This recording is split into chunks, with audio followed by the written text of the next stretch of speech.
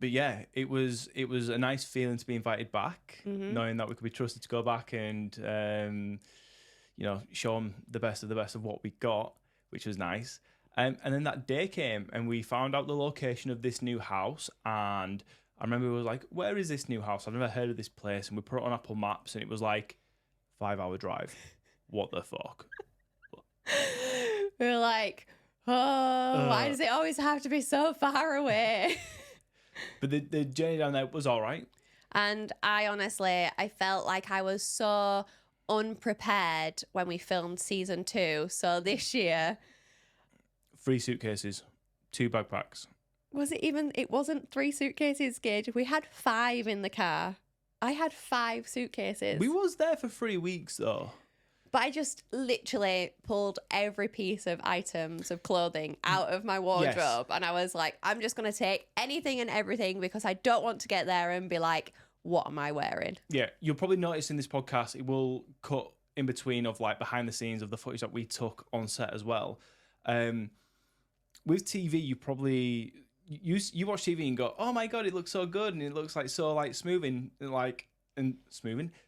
sailing. And it's kind of, it is and it isn't, where things can change last minute, which we learned from season 2, that you could turn up in one thing and they'll be like, hey, things have changed now. You need to get dressed in something else. And if you haven't got it, I don't know about me, but I know about you, Olivia, you have a tizzy fit. You're like, and you can't. I have a tizzy fit.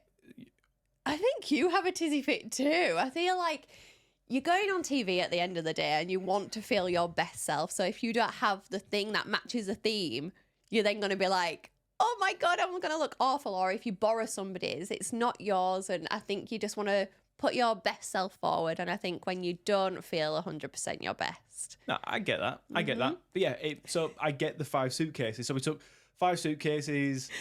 Trying to pack them in the car that were like Jenga. Oh my God, 3 weeks away. That was an experience on its own. I think that could be a full episode, if I'm being honest with you. But we managed to get down there, down some dodgy country roads. And I can't give away the location of where it actually is. I've got a really itchy nose. I need to shave my nostril hair. Today? Coughing, itching. Let me just sort myself out because I feel like I've just sat down and just not prepared my... That's the thing with having like a beard. All gets like a nostril.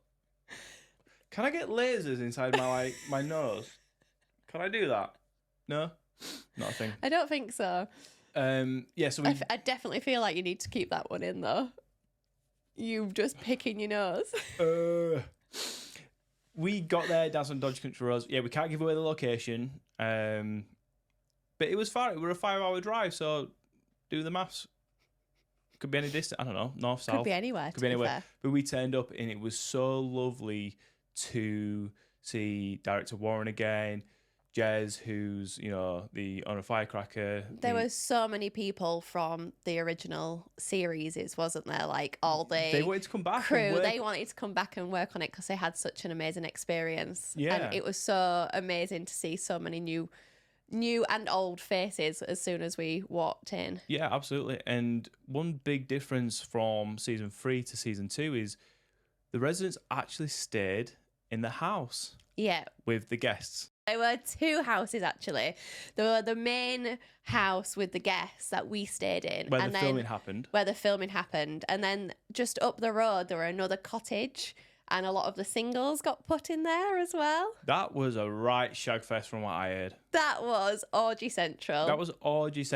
Was the cottage between up the road. Residents. And I'm jealous.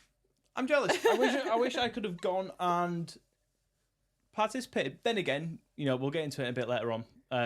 We did visit the cottage now and again, didn't we? We did visit the cottage, yeah, and had a little party in there. We did.